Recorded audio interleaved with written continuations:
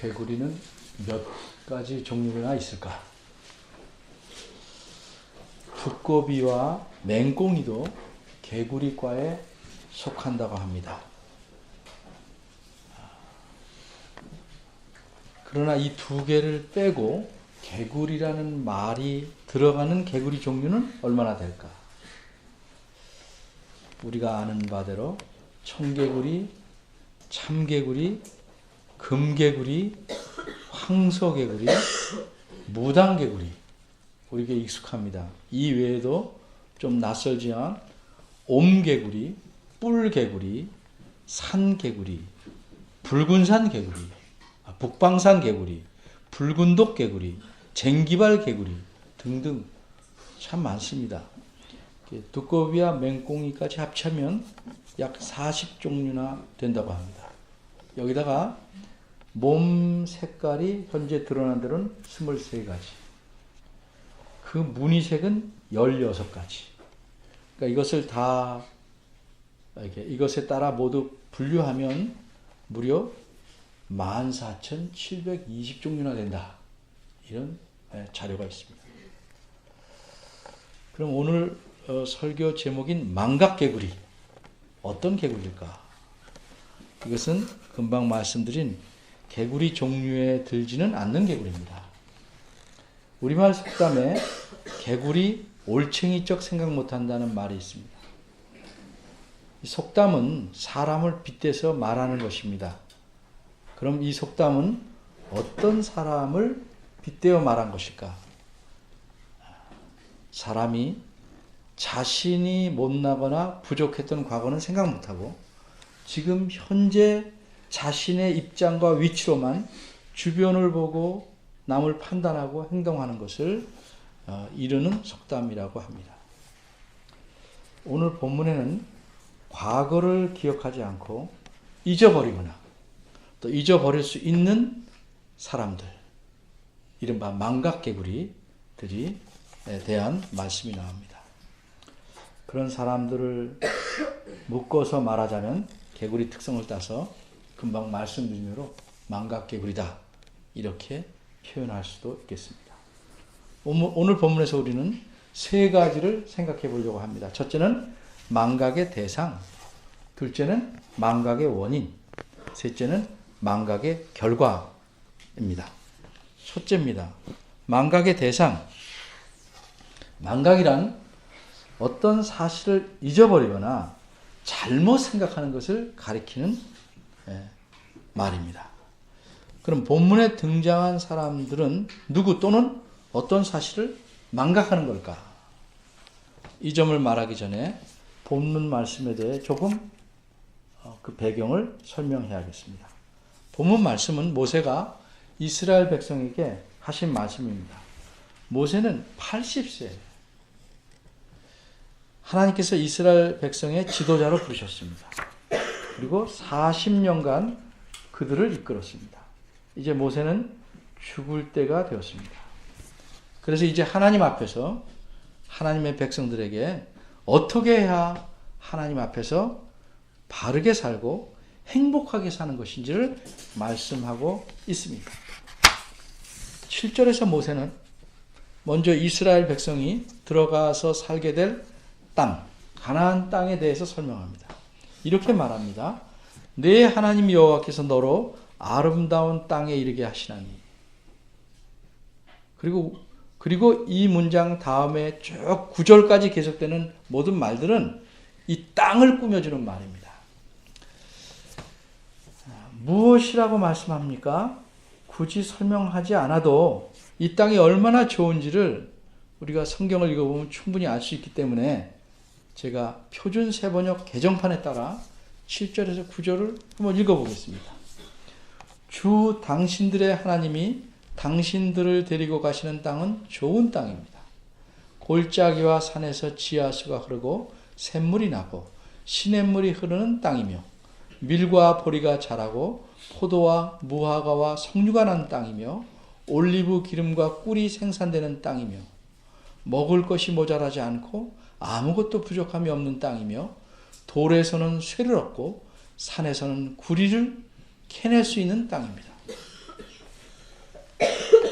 이제껏 이 사람들은 먹을 것과 마실 것이 너무 부족한 사막에서 40년을 살아왔습니다. 그런데 이들이 들어가게 될, 거기 가서 살게 될 땅은 사막과는 상대가 안 됩니다. 하늘과 땅 차이입니다. 그곳에는 곳곳에 샘이 흐르고 물이 풍부하고 곡식과 과일이 풍성히 열려서 전혀 모자람이 없습니다. 게다가 지하 자원까지도 풍부한 낙원과 같은 그런 훌륭한 땅입니다.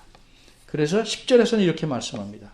주 당신들의 하나님이 당신들이 주신 옥토에서, 좋은 땅에서 당신들은 배불리 먹고 주님을 찬양하게 될 것입니다. 그만큼 좋은 땅입니다. 그런데 모세가 이 가나안 땅에 들어갈 이스라엘 백성에 대해서 신경 쓰이는 것이 있었습니다. 사람이 어떤 존재인지를 충분히 알기 때문입니다. 사람은요, 좋은 것을 계속 쓰면 과연 계속 그것에 대해서 감사할 만한가? 그렇지가 않습니다.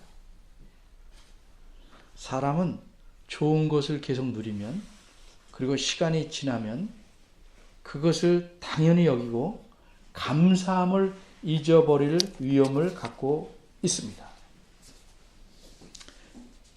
그래서 모세는 이렇게 사람이란 존재를 잘 알기에 11절에서는 결코 잊지 말아야 할 것, 망각하지 말아야 할 것에 대해서 말합니다. 그것이 무엇입니까?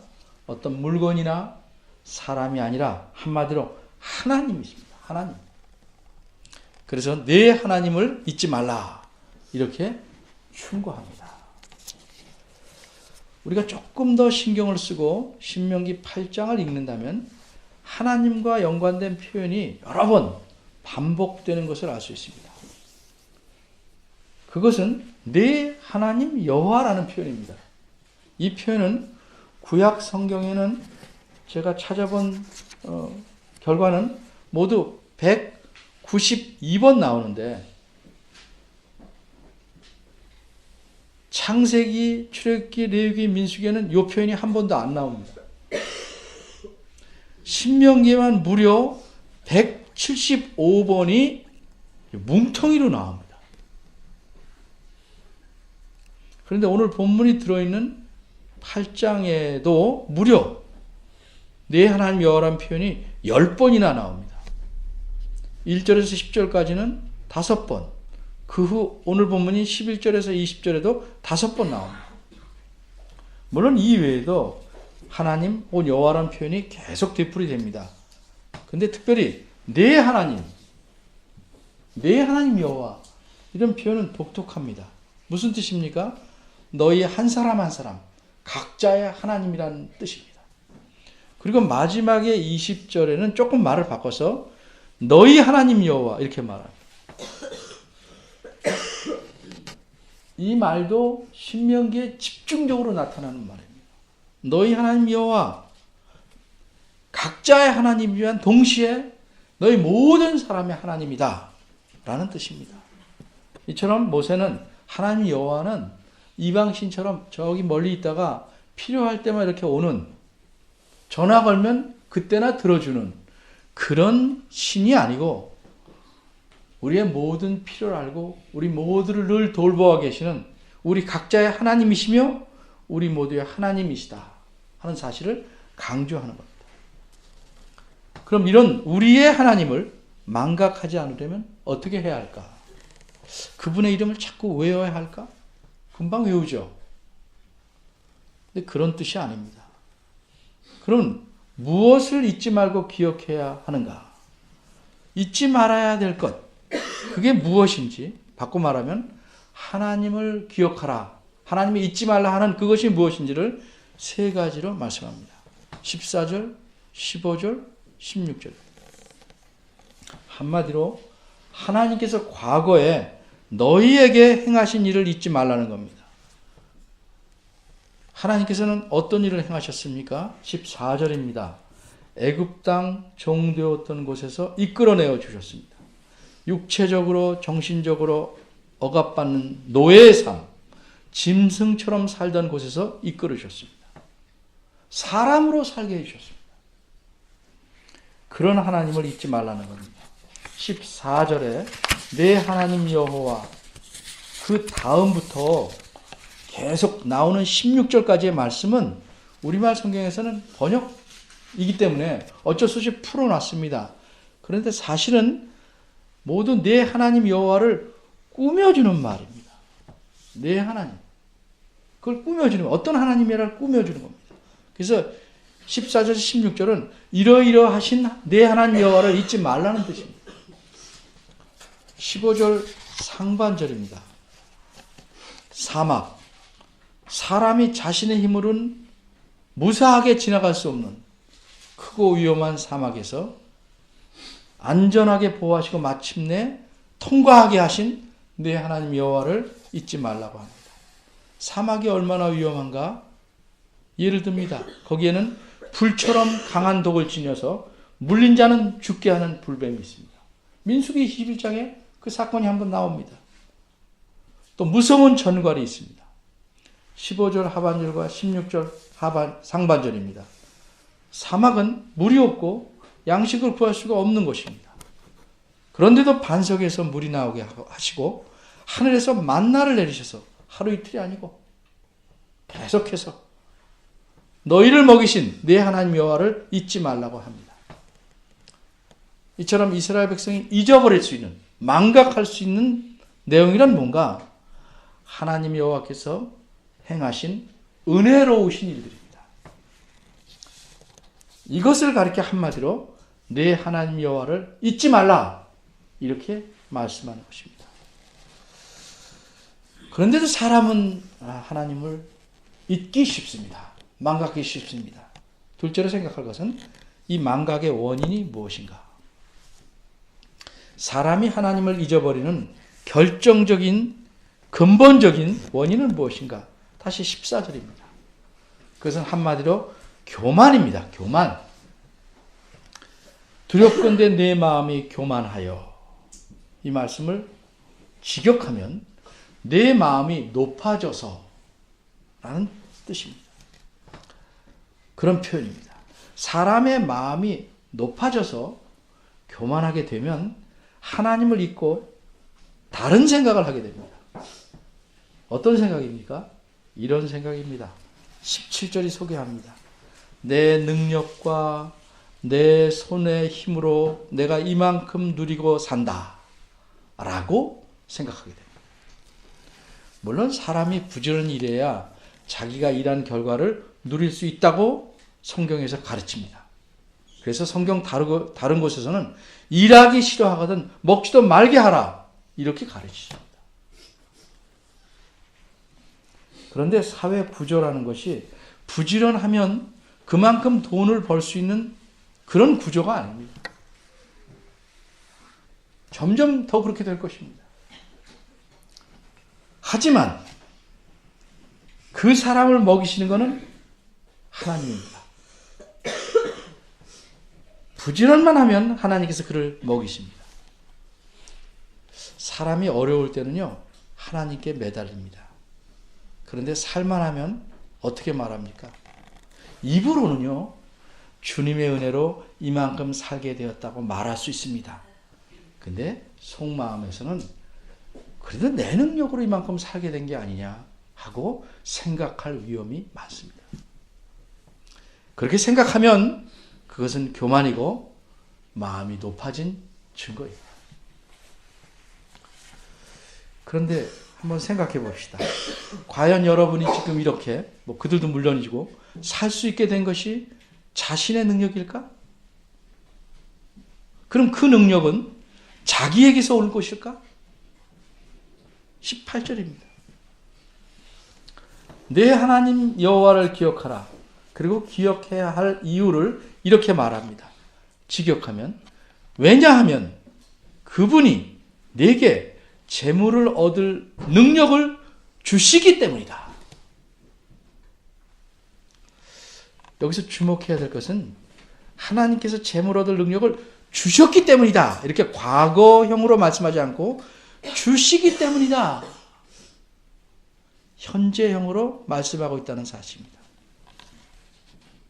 전에만 그런 건 아니고 지금도 그렇고 역시 앞으로 그날이 되면 그것이 다시 현재입니다.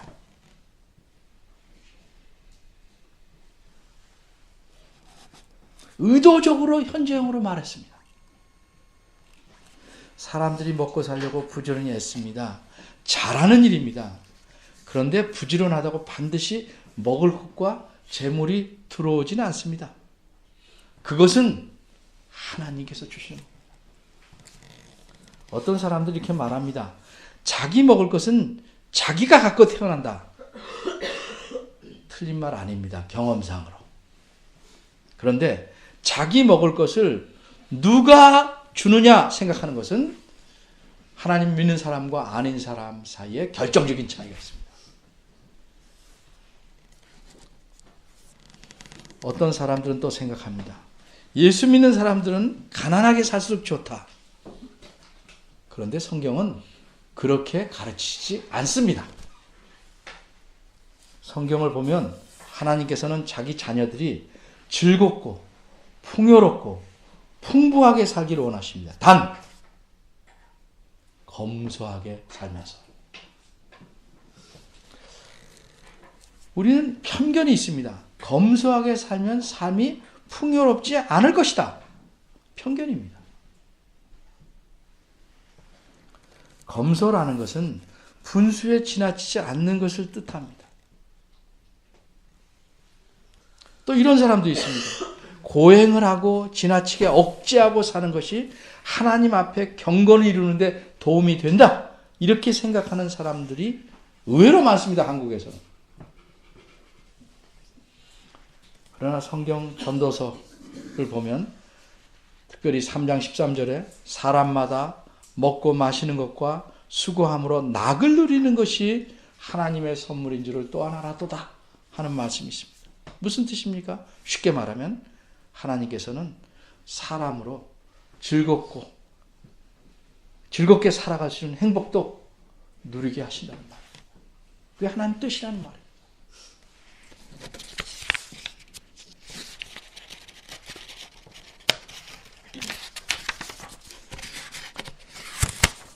그런데 이제 다시 본문으로 들어와서 생각해 봅니다. 하나님께서는 어째서 재물 얻을 능력을 하나님의 백성들에게 주실까? 18절 하반절에 그 답이 나옵니다.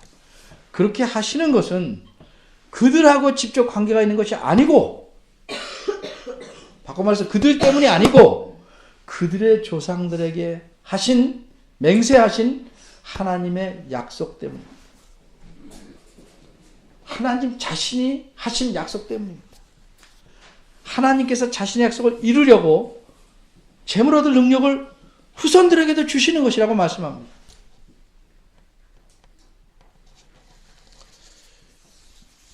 예수님을 믿으면 사탄의 굴레에서 벗어나서 자유롭게 된다는 사실 맞습니다. 그런데 사람들이 이 사실에 대해서 종종 오해합니다. 자유롭게 되었으니까 내 마음대로 자유롭게 살 수 있고 살아야 한다. 그건 하나만 알고 다른 면을 모르는 그릇되고 위험한 생각입니다. 예수님을 믿는 사람이 누리는 자유는 그런 자유가 아니고 다른 종류의 종으로서 누리는 자유입니다. 사탄의 종이 아니고 하나님의 종으로 누리는 자유입니다. 그래서 사람이 아무에게도 매이지 않고 자기 스스로만을 위해서 자유롭게 살려고 하면 그 끝은 불보듯 뻔합니다. 멸망으로 치달려 멸망에 이르는 것입니다. 아주 쉬운 예를 들면 부모가 어린아이에게 어린아이의 인격을 존중한다고 해서 무엇인지 내 마음대로 하라고 자유를 준다면 결과가 어떻게 되겠습니까? 자녀는 부모가 허락하는 범위 안에서 자유를 누려야 합니다. 근데 문제는 부모가 온전하지 못하기 때문에 많은 문제가 생기는 것뿐입니다. 원칙은 부모가 정하는 범위 안에서 자유를 누려야 하는데 부모가 정하는 범위가 이게 성경적이지 않기 때문에 그렇습니다. 하지만 하나님은 완전하시기 때문에 그런 문제가 전혀 생기지 않습니다. 하나님의 자녀가 누리는 자유는 하나님을 위해 산다는 의미에서 자유. 그게 하나님의 종으로서 누리는 자유입니다.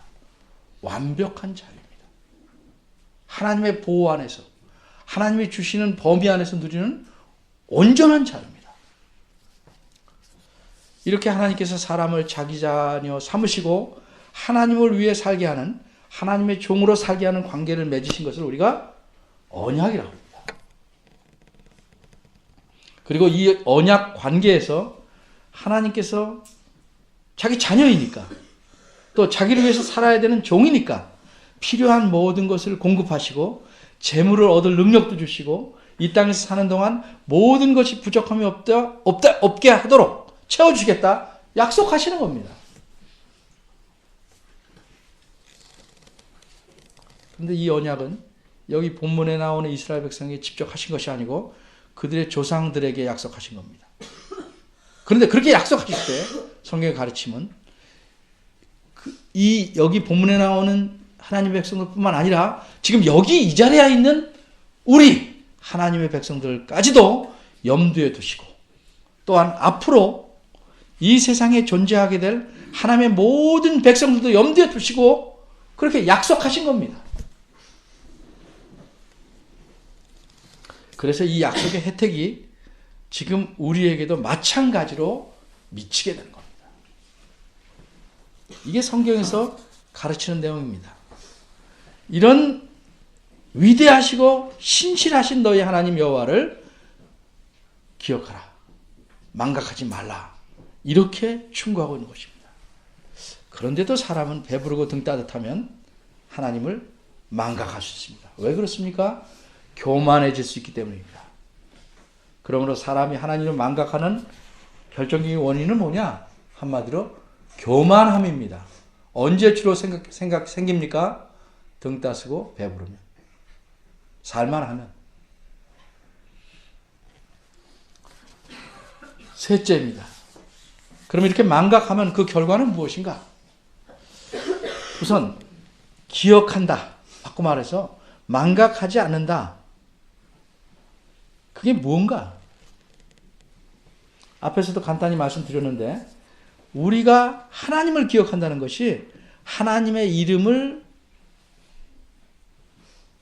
외우거나 하나님에 대해서 어떤 사실을 머릿속에 넣고 있거나 하나님께서 행하실 일들을 잊지 않고 있다는 것 정도가 아닙니다. 이것을 여기서 기억이라고 말하지 않습니다.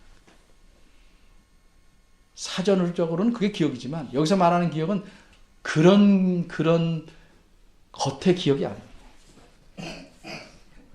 왜냐하면 망각하느냐 기억하느냐에 따라 멸망할 수도 있고 아닐 수도 있기 때문입니다. 그런 단순한 기억을 잊어버렸다고 멸망한다면 그건 하나님이 잔인한 거죠. 그래서 여기서 말하는 기억은 그런 기억이 아닙니다. 19절입니다. 내가 만일 내 하나님 여호와를 잊어버리고 다른 신들을 좇아 그들을 섬기며 그들에게 절하면 내가 너에게 증거하노니 너희가 정령이 말할 것이라. 이 말씀에서 뭘 알 수 있어요? 기억이란 단순히 머리만의 문제가 아니다. 특별히 11절을 보면 오늘 보면 11절을 보면 기억이란 뭔가 여호와의 명령, 법도, 규례라고 표현된 여호와 하나님의 말씀을 지키는 것을 의미합니다.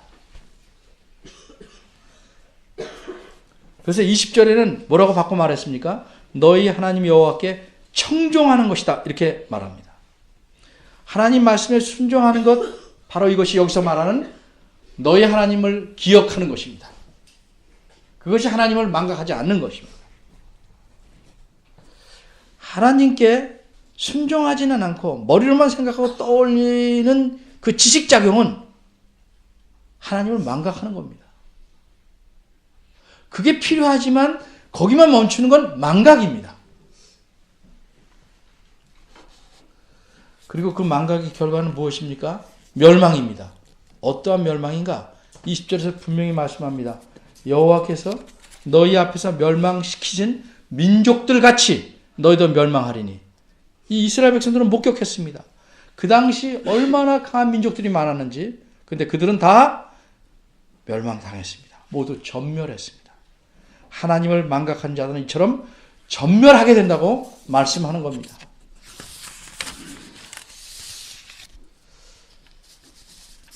그런데 여기서 생각해 볼 건, 그런 멸망을 보고, 그러고도 어째서 하나님의 백성들은 하나님 말씀을 지키지 않을까?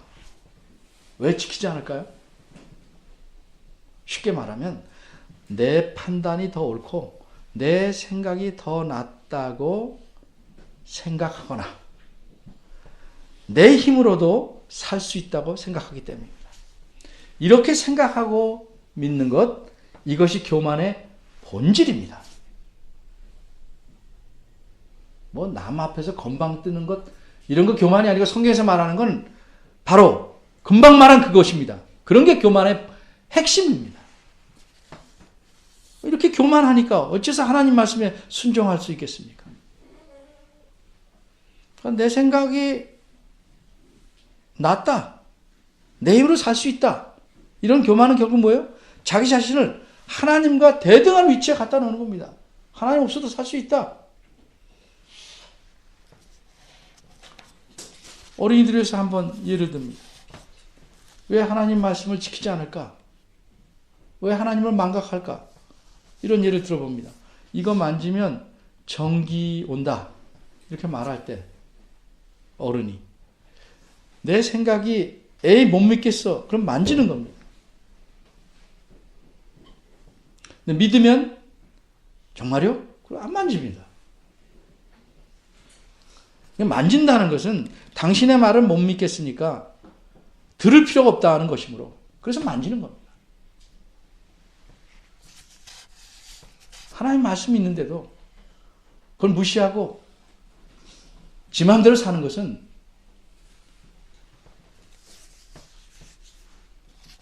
교만이죠. 망각이란 교만에서 생기고, 그럼 이 교만은 어디로 나아갈까? 19절입니다. 하나님에 대해서 교만하게 되면 다른 신들을 조차 섬기게 됩니다.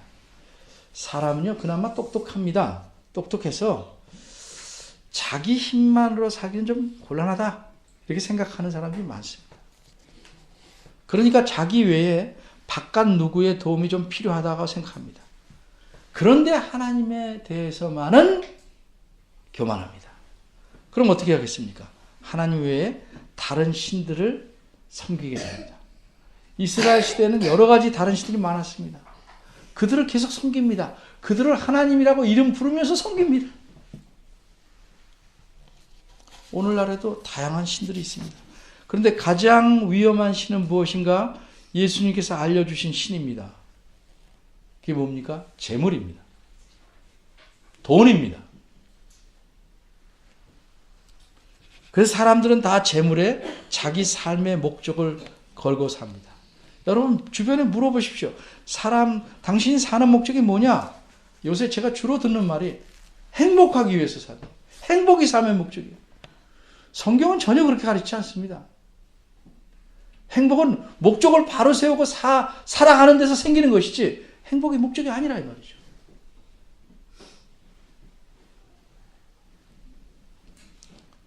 그런데 행복이 목적이라고 말하는 사람들은 이렇게 말합니다. 하나 더 물어보면 알아요. 무엇으로 행복해질 수 있다고 생각하냐? 대부분의 사람들은 진짜 속마음은 돈이 많을수록 행복할 수 있다고 생각합니다. 그럼 결국 그 사람은 뭐예요?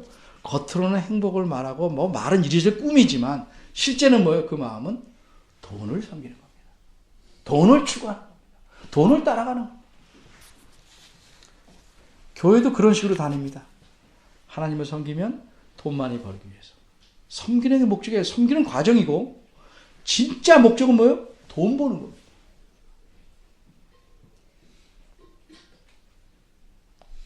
이건 역시 하나님을 믿는 척하지만 실상은 돈을 섬기는 겁니다. 하나님 뭐라고 말씀합니까? 나를 바로 섬기면 내가 너희들이 풍족하게 먹고 살 수 있도록 책임지겠다. 근데 거꾸로 생각합니다. 내가 열심히 하나님 섬겨서 돈을 얻어야지. 그건 하나님 뭐예요? 돈 얻는 도구요? 수단입니다. 목적과 도구가 바뀌었어요.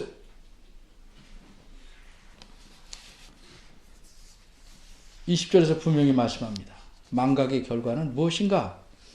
바꿔 말해서 망각은 하나님 말씀에 순종하지 않는 것이니까 너희 하나님 여호와께 순종하지 않으면 그 결과는 멸망이다. 이렇게 말합니다. 그래서 잠언에서도 뭐라고 말합니까? 교만은 멸망의 선봉이다. 앞잡이다. 그렇게 가면 반드시 멸망한다. 라고 말하는 겁니다. 교만은 하나님을 기억하고 순종하는 것을 고만하게 만듭니다.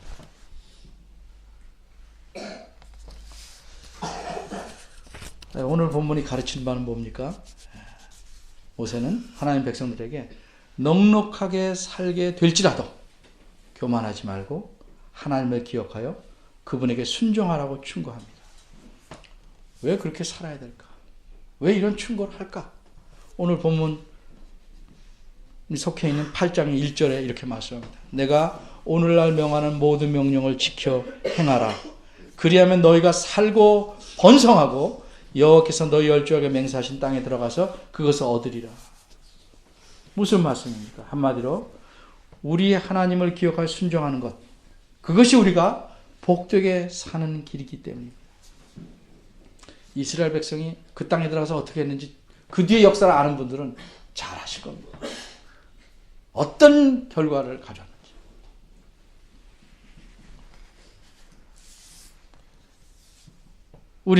여러분은 하나님을 어떻게 기억하고 있습니까? 자신이 기억하고 있는 내용을 생각해 보십시오. 우리가 세우는 목표의 도구입니까? 우리 삶의 목적입니까? 하나님께서 과연 우리의 삶 전체와 우리 삶에서 모든 좋은 것을 주시며 누리게 하는 원천이다, 근원이다, 이렇게 생각하시고 그분을 섬기십니까?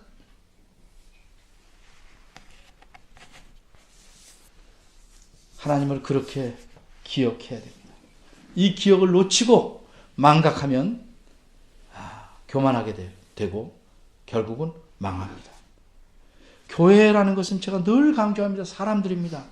역시 교회가 교만하지 않으려면 우리 각자가 교만하지 않아야 됩니다. 개인이나 교회가 풍요로운 삶을 살려면 교만해지지 않고 하나님을 망각하지 않아야 하는 겁니다. 여러분 각자 지난 날을 돌이켜 보십시오. 내가 어떻게 해서 여기까지 올 수 있는 것일까? 우연이었을까? 내 힘이었을까? 내 능력이었을까? 그리고 이 모든 것이 하나님께서 이루신 일이라고 믿는다면 과연 하나님 앞으로 나를 여기까지만이다, 더 이상은 아니다 하고 내버려 두실까?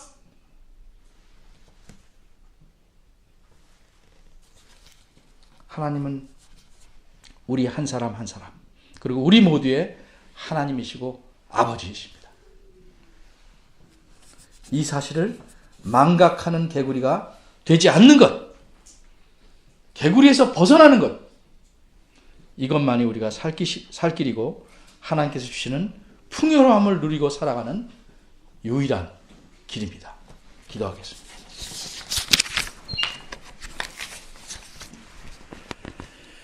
하나님, 저희들에게 모든 것을 다 주시고 행복하게 살기를 원하지만 우리는 이런 하나님을 온전히 기억하고 순종하지 못합니다. 그래도 내치지 아니하시고 우리의 연약함과 체질을 아시기에 이제까지 참아오시고 우리가 깨달아 주를 바로 섬기기를 기다리고 계십니다. 이런 하나님의 기대에 부응하게 하시고 더욱 하나님을 붙잡고 의지하고 쫓아가서 하나님을 망각하지 않아서 하나님이 이 땅에서 우리에게 주신 본분과 사명과 할 일을 잘 감당하고 그 안에서 하나님이 채워주시는 풍요로움을 누리는, 그렇게 살아가는, 그래서 이 풍요로움을 다른 모든 사람에게도 소개하고 나눠줄 수 있는 저희들이 되길 원합니다. 저희를 긍휼히 여겨 주시옵소서. 예수님의 이름으로 기도합니다.